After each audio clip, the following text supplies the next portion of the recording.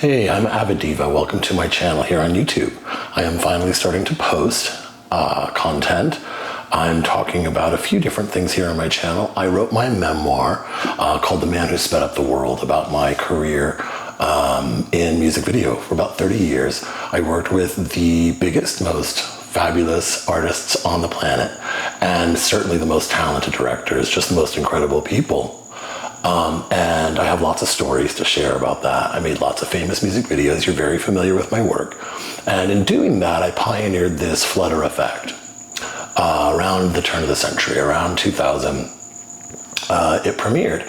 And slowly over the last 25 years, I've watched as this cute little flutter effect I did, for club videos and stuff in the late 90s, became this, thing that people love and that they incorporate into all sorts of things. It's most often found in movie trailers for thriller movies or action movies or horror movies. A lot of times you'll see it in music videos. Other people have used it in music videos, and also in recently Severance, TV shows, Kardashians use it all the time. Who else uses it? A whole bunch of people. I first premiered this effect with Waiting for Tonight with Jennifer Lopez going into 2000. And it wasn't until 2003, July 2003, that on Nip Tuck, they started doing, during the surgery portions, they would use the flutter effect in that. And that was the first time I saw it kind of entering the mainstream of pop culture. And that I wasn't doing. Up until that point, it was pretty much me doing that in these music videos. Very famous music videos, world famous global music videos. And so this effect became my Aviddiva thing, my thing.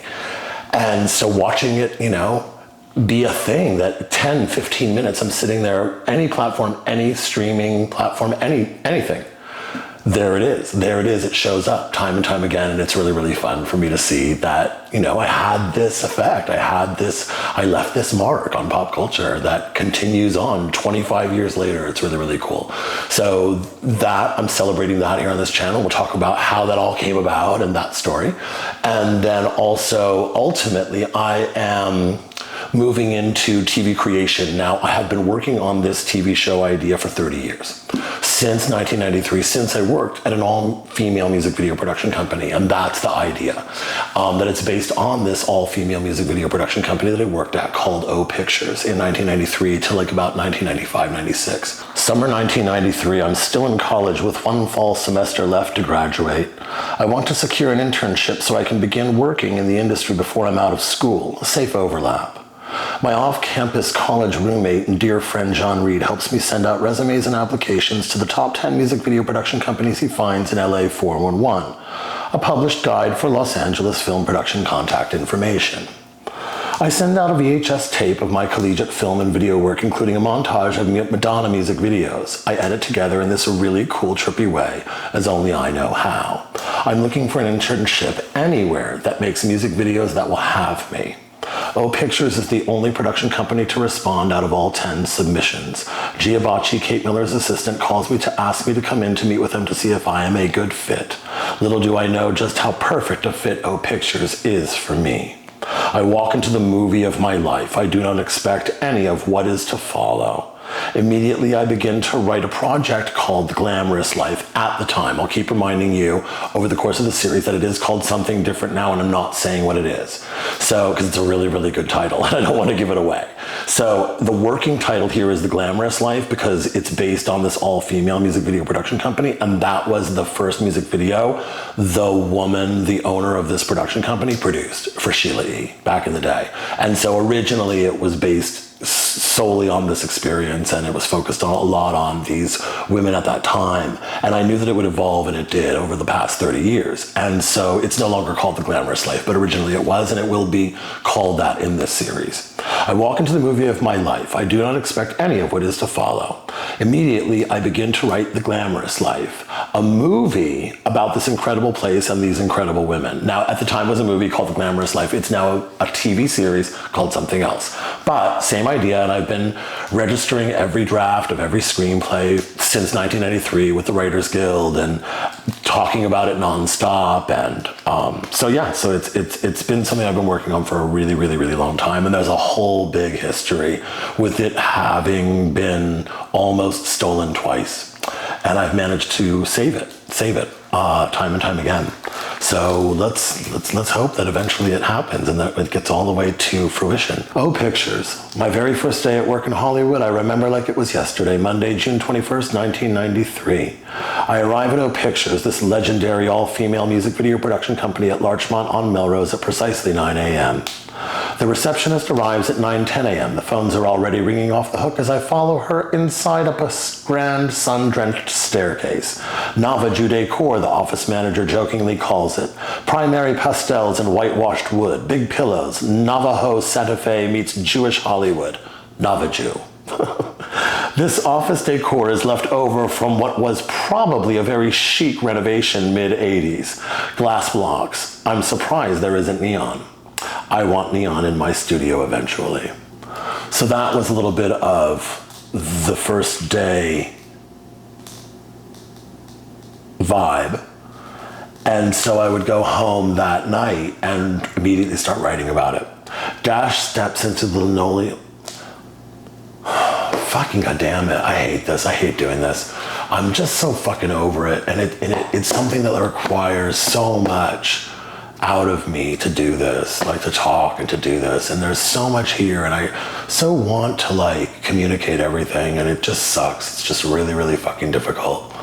And it's because it's a lot to get in, and I have to sidestep all these minefields, and it's this super fucking complicated thing, and I swear to fucking God, if one day my TV show actually fucking happens, I really, really would love to bring this to fruition. I really, really would. But like if one day, like I'm gonna look back on this and be grateful that I forced myself to go through this, but I have to tell you, all of this from like 2005 till now, like the last 20 years seem largely unnecessary. Like I achieved all this great shit, and then everything else was always going to be a letdown after that. It really, really was. And I've just been like having to identify with this credit list and this career and being Aviddiva. And I love Aviddiva, and I'm so proud of it. And I'm so proud of my artistic achievement, my accomplishment, and my flutter at it. It is awesome that it's everywhere. And it's a big achievement that it's everywhere. It's a cool fucking thing. I did that. That's because of me. And I love that. And I'm very proud of it. But I'm tired of being this limited credits list. Like I want to now take all of this and I want to make a TV show that wins an Emmy and is awesome. And people are like, that's a fucking great TV show. That's a fucking great story. Those are great characters. Yes, you're right. That does make a really good TV show. I really, really, really want that, and I really hope that I can make that happen. I want to take this entire experience of being Aviddiva and move forward into creating this TV show and just making it the most incredible thing, the most incredible achievement. I know it's as simple as knowing that it's done, knowing that it is, and not believing, knowing that, and I know it. It sucks that there's because of everything I've been through in the last 30 years, it sucks that there's this thing in the way of knowing.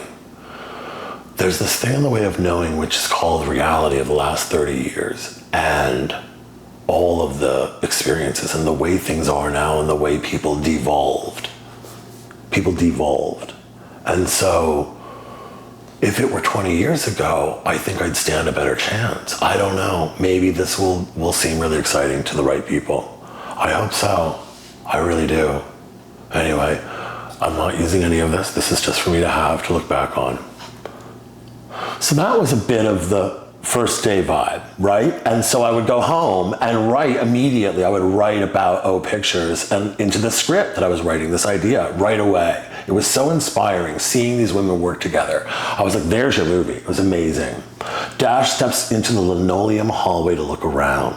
The sounds of music videos playing on a television echo throughout.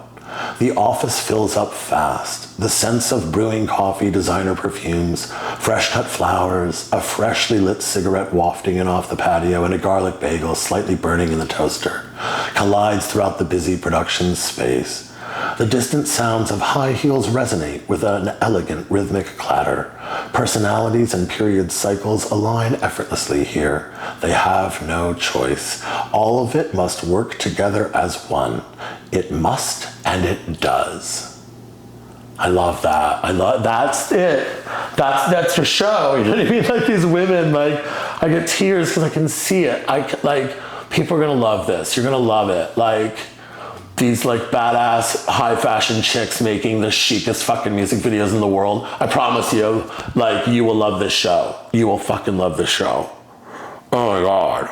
You will love this show.